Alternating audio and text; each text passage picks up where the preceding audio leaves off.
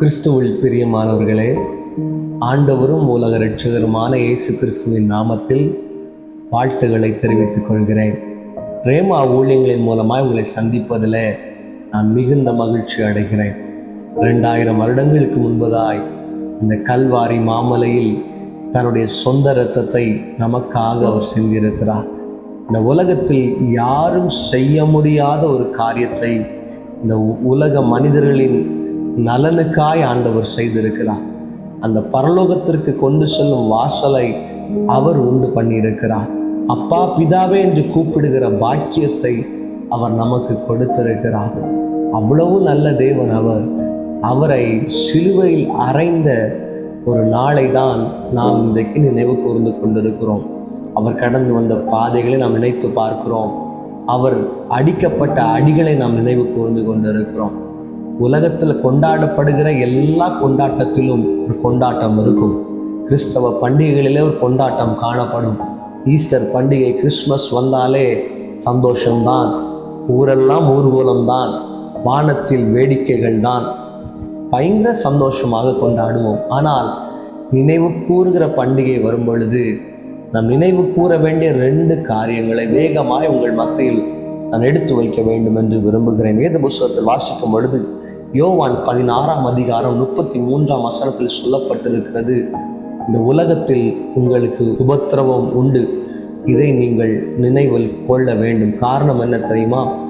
ஒரு பாவமும் செய்யவில்லை, ஒரு அக்கிரமமும் செய்யவில்லை, தேவனுக்கு பிரியமுள்ள வாழ்க்கை வாழ்ந்த போதிலும் கூட இயேசு கிறிஸ்துவுக்கு இந்த உலகம் உபத்திரவத்தை கொடுத்தது. ஒருவேளை நீங்கள் நினைக்கலாம், நான் ஆண்டவரை நம்பி இருக்கிறேனே, என்னுடைய வாழ்க்கையில் ஏன் போராட்டங்கள்?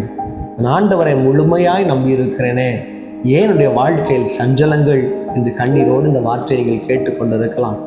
ஆண்டவரே சொல்லுகிறார், அவ்வளவு பரிசுத்தமாய் வாழ்ந்த தேவனே இந்த வார்த்தையை சொல்லுகிறார், இந்த உலகத்தில் உங்களுக்கு உபத்திரவம் உண்டு, போராட்டம் உண்டு, போராட்டத்தை சகித்து கொள்கிறவனை கர்த்தர் ஆசீர்வதிக்கிற தேவனாக இருக்கிறார், அவனை பாக்கியவான் என்று தேவன் சொல்லுகிறார். ஒருவேளை பிரச்சனையோடு இந்த வார்த்தை கேட்டுட்டு இருக்கிறீங்களா? கவலைப்படாதீர்கள், தேவன் உங்களோடு கூட இருக்கிறார். வசனம் சொல்லுகிறது, ஆனாலும் திடன் கொள்ளுங்கள், நான் உலகத்தை ஜெயித்தேன் என்றார். இந்த உலகத்தை அவர் மரணத்திலிருந்து ஜெயித்திருக்கிறார். சிலுவையிலே உங்களுக்கு ஒரு வெற்றியை கொடுத்திருக்கிறார். போராட்டம் வரும்போதெல்லாம் ஆண்டவரை மறந்து விடாதீர்கள். போராட்டம் வந்தவொடனே ஏன் ஆண்டவர் என்னை கைவிட்டு விட்டார், போராட்டம் வந்தவொடனே ஆண்டவர் ஏன் என்னை விட்டு விலகி விட்டார் என்று ஒரு நாளும் சொல்லாதபடிக்கு, போராட்டம் வந்தது நல்லது, ஆனாலும் அவர் என்னை தாங்க வல்லவராக இருக்கிறார். அவர் ஜெயித்தது போல என்னுடைய வாழ்க்கையில் ஜெயத்தை தருவார் என்று நினைவு கூறுங்கள். கர்த்தர் உங்களை ஆசீர்வதிப்பார். 2வதாக ஒரு காரியத்தை வேகமாய் உங்கள் மத்தியில் சொல்ல வேண்டும் என்று விரும்புகிறேன். 1 யோவானின் புஸ்தகம் 2ஆம் அதிகாரம் 17ஆம் வசனத்தை வாசிக்கும் பொழுது அதில் எழுதப்பட்டிருக்கிறது, தேவனுடைய சித்தத்தின்படி செய்கிறவன் எவனோ என்றென்றைக்கும் நிலைத்திருப்பான் என்று சொல்லப்பட்டிருக்கிறது.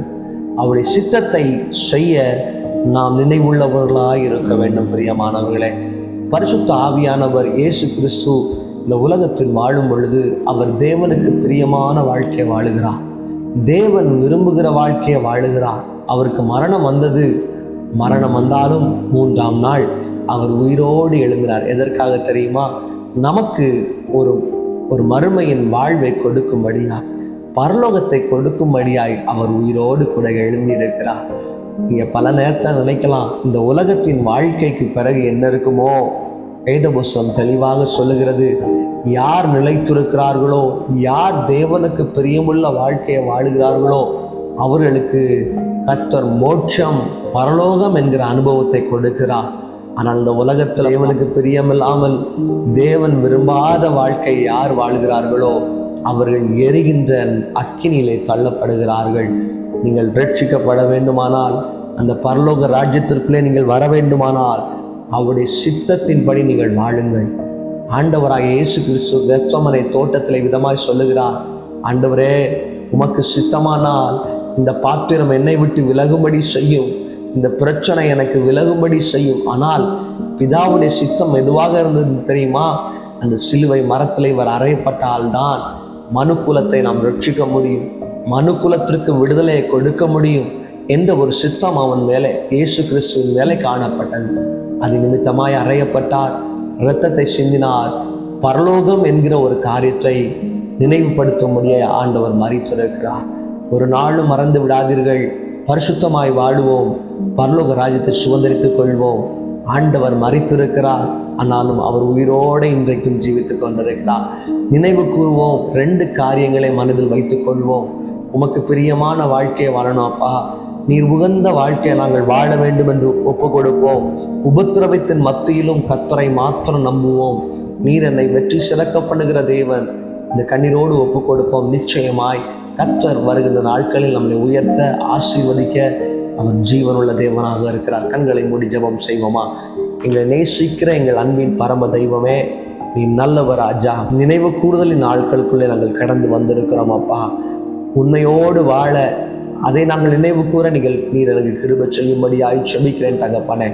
பரலோகத்தை ஒவ்வொரு நாளும் நாங்கள் நினைவு கூற, அதற்கு எதிர்கொண்டு நாங்கள் பயணிக்க எங்கள் வாழ்க்கையை பரிசுத்தப்படுத்தும், எங்கள் வாழ்க்கையை நீரெடுத்து வழிநடத்தும்படியாக செபிக்கிறேன்.